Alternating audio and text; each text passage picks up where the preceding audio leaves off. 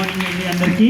మరి ముఖ్యంగా ఈరోజు ఈ అవకాశాన్ని కల్పించినటువంటి స్కూల్ మేనేజ్మెంట్ వారికి, హెచ్ఎం గారికి, మిగిలిన సభ్యులందరికీ కూడా ధన్యవాదాలు తెలియజేస్తున్నాం. ఈరోజు ఏంటో తెలుసా మీకు ఎవరికైనా ఈరోజు ఏంటో? బాల్ వివాహ్ ముక్త్ భారత్ అని మన ప్రైమ్ మినిస్టర్ నరేంద్ర మోడీ గారు, గౌరవనీయులు శ్రీ నరేంద్ర మోడీ గారు, మన భారతదేశంలో బాల్య వివాహాలు ఎక్కువ జరుగుతున్నాయి, దాని నుంచి విముక్తి పొందాలి అని చెప్పి బాల్ వివాహ్ ముక్త్ భారత్ అనే ప్రోగ్రామ్ని 10:30 ఈరోజు లాంచ్ చేయబోతున్నారు. అప్పుడు లైవ్ కాస్ట్ కూడా ఉంటుంది. దాన్ని అందరినీ కూడా ఆ లైవ్ కాస్ట్ కూడా మీకు చూపించమని చెప్పారు. తర్వాత ఈ నెలలో మనం దగ్గర ఒక్క ఎన్టీఆర్ జిల్లాలో 14 బాల్య వివాహాలు ఆపడం జరిగింది.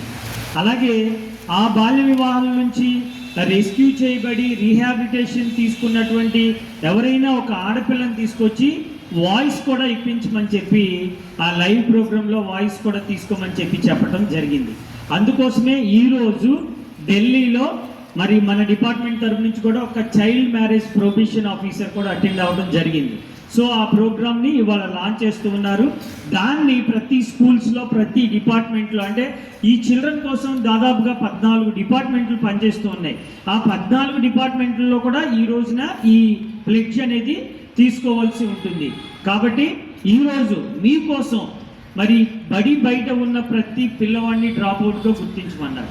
తర్వాత ఎక్కడైతే డ్రాప్అవుట్స్ ఉన్నారో ఆ డ్రాప్అవుట్స్లో నుంచి బాల్య వివాహం, ఆడపిల్ల డ్రాప్అవుట్ అయితే బాల్య వివాహం జరిగే అవకాశం ఉంది. కాబట్టి ఎక్కడ కూడా డ్రాప్అవుట్స్ లేకుండా చూడాలి, అలాగే బాల్య వివాహాలు జరగకుండా చూడాలి. దీనికి బాల్య వివాహం చేస్తే మరి బాల్య వివాహ నిరోధక చట్టం ప్రకారం ఒక్క ఆడపిల్లకు మాత్రమే ఎగ్జంప్షన్ ఉంది. మిగిలిన వాళ్ళందరికీ కూడా మరి ఇంప్రిజన్మెంట్ ఉంది, ఫైన్ ఉంది.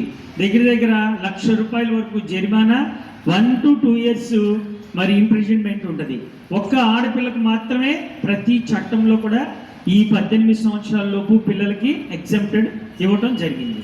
కాబట్టి మరి చైల్డ్ మ్యారేజ్ ప్రొబేషన్ ఆఫీసర్గా మీ స్కూల్లో మరి ఈ కమిటీ ఒకటి ఉంటుంది. ఆ కమిటీలో మీ స్కూల్ హెచ్ఎం గారు కానీ, లేకపోతే నామినేటెడ్ టీచర్ గారు కానీ కూడా ఆ కమిటీ మెంబరు. అలాగే మీ దగ్గరలో ఉన్న అంగన్వాడీ టీచరు, మహిళా సంరక్షణ కార్యదర్శి, తర్వాత చైల్డ్ వెల్ఫేర్ పోలీస్ ఆఫీసరు, తర్వాత మీ ఎంఈఓ గారు కూడా దీనిలో ఈ కమిటీలో మెంబర్స్. కాబట్టి మీ స్కూల్లో ఎవరైనా డ్రాప్ అవుట్ అయితే వెంటనే గుర్తించి వాళ్ళకి ఏం జరుగుతుంది, బాల్య వివాహం చేస్తున్నారా, లేకపోతే మరి చైల్డ్ లేబర్గా వెళుతున్నారా, ఎక్కడున్నారు ఏంటి అనేది మనం పసిగట్టి వాళ్ళని మళ్ళీ తిరిగి RTE right to education act కింద వాళ్ళు మళ్ళీ తిరిగి స్కూల్లో జాయిన్ చేసి వాళ్ళకి చదువు చెప్పించాలి.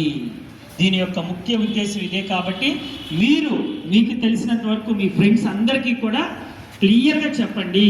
ఎవరు కూడా మరి చదువు అనేది మానేయకూడదు. మీకున్నటువంటి ప్రప్రథమంగా ఉన్నటువంటి హక్కు ఏది అంటే మరి జీవించే హక్కు. ఎప్పుడైతే ఆడపిల్ల తల్లి గర్భంలో ఈ జీవించే హక్కును కోల్పోతుందో మిగిలిన 3 హక్కులు, 4 హక్కులు తెలుసా మీకు? ఇంతకుముందు నేను వచ్చి ఇక్కడ చెప్పా. హక్కులు ఏంటో తెలుసా? 4. Right to survive first 1, right to protection 2వది, రైట్ టు డెవలప్మెంట్ 3వది, రైట్ టు పార్టిసిపేషన్ 4వది. జీవించే హక్కు, రక్షణ పొందే హక్కు, అభివృద్ధి చెందే హక్కు, భాగస్వామ్యపు హక్కు. ఈ 4 హక్కులు కూడా ప్రతి పిల్లవాడు పొందాలి. ఐక్యరాజ్య సమితి మనకి 54 ప్రకటనలు ఇచ్చింది యుఎన్ వాళ్ళు సైన్ చేసినప్పుడు.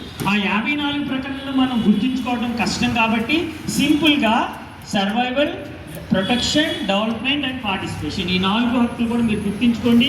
ఆడపిల్లకి, మరి ముఖ్యంగా ఆడపిల్లకి ఈ జీవించే హక్కు కోల్పోతే డెవలప్మెంట్, తర్వాత ప్రొటెక్షన్ అనే హక్కులు, తర్వాత రైట్ టు పార్టిసిపేషన్ అనే హక్కులు కోల్పోతున్నారు. మీరు చూడండి, ఈ రోజున చట్టాలన్నీ ఉన్నాయి ఆడపిల్లలకి, కానీ దానిలో ఎక్కువ ఎవరవుతున్నారు? మీ తోడబుట్టిన మగపిల్లలే అవుతున్నారు. కాబట్టి వాళ్ళకు కూడా మనం సెన్సిటైజ్ చేయాలి, వాళ్ళకు కూడా అవేర్నెస్ కల్పించాలి. కాబట్టి చట్టాలు చాలా మరి స్ట్రిక్ట్గా ఉన్నాయి. దాన్ని మరి మనం ఇంప్లిమెంట్ చేయడానికి నానా రకాల డిపార్ట్మెంట్లు ఉన్నాయి. మేము ఉన్నాం. కాబట్టి మీరు అందరూ తెలుసుకోండి, మీ హక్కుల్ని మీరు కాపాడుకోండి. అలాగే బాల్య వివాహం అనేది జరగకుండా చూడాల్సిన బాధ్యత. బాల్య వివాహం చేస్తే ఏమవుతుందంటే ఫస్ట్గా ఏంటంటే ముందు ఎదిగే వయసుని ఆపేస్తాం. ఆడపిల్లలు 21 సంవత్సరాల వరకు ఇంకా పెరుగుతూనే ఉంటారు. సో ఎప్పుడైతే బాల్య వివాహం చేస్తామో ఫిజికల్గా మీ డెవలప్మెంట్ అనేది ఆగిపోద్ది. తర్వాత మెంటల్గా మీరు ఆలోచించలేరు. కాబట్టి మరి అత్తామామలతో తర్వాత ఇంట్లో సర్దుకోలేకపోవటం, మళ్ళీ గృహహింస చట్టం దగ్గరికి రావటం, ఈ చట్టాలన్నీ ఇంప్లిమెంట్ చేయటం, ఇవన్నీ లేకుండా తర్వాత పుట్టబోయే బిడ్డలు అంగవైకల్యంతో పుడతారు. కాబట్టి ఇవన్నీ ఈ పక్కకు వెళ్ళిపోవాలంటే బాల్య వివాహం జరగకుండా చూసుకోవాల్సిన బాధ్యత మనది. జరగకుండా చూడాలి. ఈ ఎన్టీఆర్ జిల్లాని బాల్య వివాహ రహిత జిల్లాగా చేస్తారని మరి మీ అందరినీ సహాయ సహకారం కావాలని కోరుకుంటూ సెలవు తీసుకుంటాను. Thank you very much.